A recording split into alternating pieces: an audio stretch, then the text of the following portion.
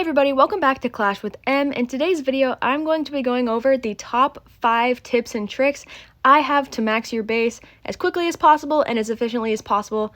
I've tried many different methods within all my accounts, but this is the tips and tricks I use to max them most effectively. Jumping in right off the bat, let's say your base looks a little something like this or similar to it. Obviously, you can see my archer towers are way behind, my defense is really low, but the one thing you're going to notice is my offense is completely maxed. That being said, my elixir, my gold collectors, my dark elixir, it's all maxed to the maximum level it can be for the town hall I am at. And the main reason I am doing this is because, I don't know about you, but I spend more time off the game during my day than I do on the game. Obviously, with that off time, the collectors are still going to be collecting that loot, so having those collectors maxed early on will maximize the amount of loot that you get when you're sleeping, when you're at work, all sorts of stuff like that. Moving on to more offensive buildings that you're going to want to pay attention to, I'm going to be jumping into my army camps right off the bat because while my collectors work while I'm sleeping, my army camps are going to be what I work with while I'm playing the game.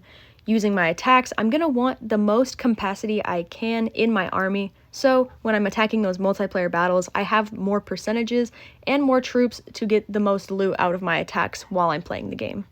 Included in the attack factor is going to be your clan castle because this is also going to play a very big factor in how your attacks turn out, depending on how much clan castle troop capacity you have.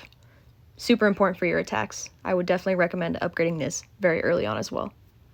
Another mistake I see all the time that's really going to hinder your growth is going to be sitting out of clan wars. I know clan wars are not for everyone, but if you really want to maximize your progress in Clash of Clans, clan wars is something you're going to want to really focus on. That being said, if your troops are upgrading, totally understandable. Some clans will not allow you to attack in clan wars if you're missing those heroes, but if you have all of your heroes up, you might as well participate in clan war and do your best because you will get loot from those clan wars, and it's very important to get that extra loot in game. Be persistent, stay green in clan wars because you do want your clan to add you. So to change that, click the little clan war preference. I always go I'm in, but if you do not end up getting put in wars, communicate with your clan and try to get in those and be confident because your attacks will progress better if you're in clan wars practicing. That being said, if you can find a clan that lets you play clan wars with your heroes down, that is always a benefit because the next point I want to go over is if you ignore your hero progressions, you are going to be significantly farther behind than most players. The time to upgrade your heroes takes forever, especially at those higher town halls, and you have 5 of them. So if you're not upgrading your heroes once you get that loot and you're holding it off, you're going to be farther behind most players and you're going to need to push a lot harder and spend a lot more time out of war than if you just did them on the front end. The reason you want to prioritize upgrading your heroes before is because you're going to really struggle against attacking your max town halls if you have your heroes underleveled. The only way to counteract that is by getting hero potions. You can find them in the shop with using gems or raid medals, as well as other events like clan games and etc. But that is the only way you're going to be able to attack with max heroes is if you use that hero potion.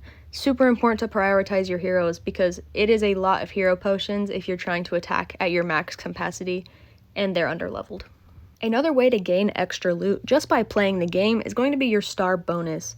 In order to get your star bonus, you need to win 5 stars from multiplayer attacks. That could be 2 3-stars, a 3-star and a 2-star, 5 1-stars, whatever it takes to get that 5 stars a day is going to give you your star bonus. It's a lot of loot depending on your league, and it increases each league you go up. So if I was in a higher league, I would get a higher star bonus. If I was in a lower league, I would get a lower star bonus.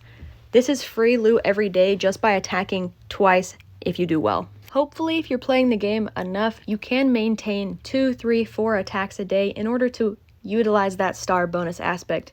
There also is many events where the star bonus will be multiplied by 2 or by 4. Watch out for those. It will be announced and will show up on the multiplayer screen. When you click multiplayer, it'll tell you if there's a multiplayer in that star bonus. Those are extremely helpful for progress. If this video has been helpful at all, please like and subscribe and keep your notifications on to stay up to date with any videos I may post. Alright, moving on. The next aspect I want to look into is actually going to be the season challenges. Whether you hold the gold pass or not, you're going to have these daily challenges that are going to give you challenge points, which can help you get more rewards. For example, If I did not have the pass, I would still get 10,000 elixir just for getting enough points to hit that mark. There is lots of good stuff in this challenge season. You can get capital gold, dark elixir, and at the very end you do get a book of heroes along with the rest of the rewards in this list. Obviously, having the gold pass does help, but it's not for everyone, and that is totally okay. But make sure you maintain those challenges every day. It does refresh every 24 hours. There's one builder challenge, one multiplayer challenge, and a donation challenge. Super easy to complete, along with all these extra challenges that you can do. For example, you can destroy 10 multi-mortars in multiplayer battles. Gives you 200 points. There's other stuff in here. Just take a look at it and do what you can to maximize your challenges, because it does give you free loot in the reward section, as well as perks, and you get an end of season bank if you finish the pass. Something else I see a lot is people not having enough loot when their builders are ready to build. For example, I'm in this situation right now where I do not have enough loot to actually upgrade anything that I seem useful. So to keep up with that, keep an eye on your builders, and once your builders are starting to get to the point where, oh, they're going to be done upgrading soon, I'm going to have a free builder, do more multiplayer attacks to get that loot so you can have one ready right as it's finished, so you can keep your builders constantly rotating. This will maximize the time it takes to upgrade your buildings, and leaving your builders dead in the water while you have no loot is the worst way to maximize your base progress. You're going to want to keep your loot rolling and your builders rolling at all times. Some of you might be asking, how do I keep track of when my builders are done? I am busy. I don't always remember how often they're done. The perfect thing. You're going to go to your settings, more settings, and scroll down to notification settings. This is going to be the last key point I have to keep progress on your base. You're going to want to keep your notifications on. I know sometimes it's annoying to see a lot of notification pop-ups, but if you want to keep progressing, you're going to need small reminders. I know I do.